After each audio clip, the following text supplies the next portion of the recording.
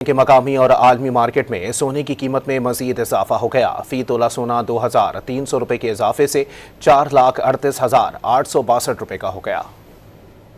10 ग्राम सोने की कीमत 1,972 रुपये इजाफे से 3,76,253 रुपये हो गई।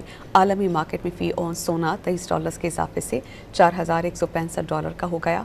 फ़ी तोला चांदी भी 60 रुपये से बढ़कर 5,482 रुपये की हो गई है, जबकि 10 ग्राम चांदी 51 रुपये के इजाफे से 4,699 रुपये की हो गई। के मकामी और आलमी मार्केट में सोने की कीमत में मजीद इजाफा हो गया। फी तोला सोना 2,300 रुपये के इजाफे से 4,38,862 रुपये का हो गया। 10 ग्राम सोने की कीमत 1,972 रुपये इजाफे से 3,76,253 रुपये हो गई। आलमी मार्केट में फ़ी औंस सोना $23 के इजाफे से $4,165 का हो गया। फ़ी तोला चांदी भी 60 रुपये से बढ़कर 5,482 रुपये की हो गई है, जबकि 10 ग्राम चांदी 51 रुपये के इजाफे से 4,699 रुपये की हो गई।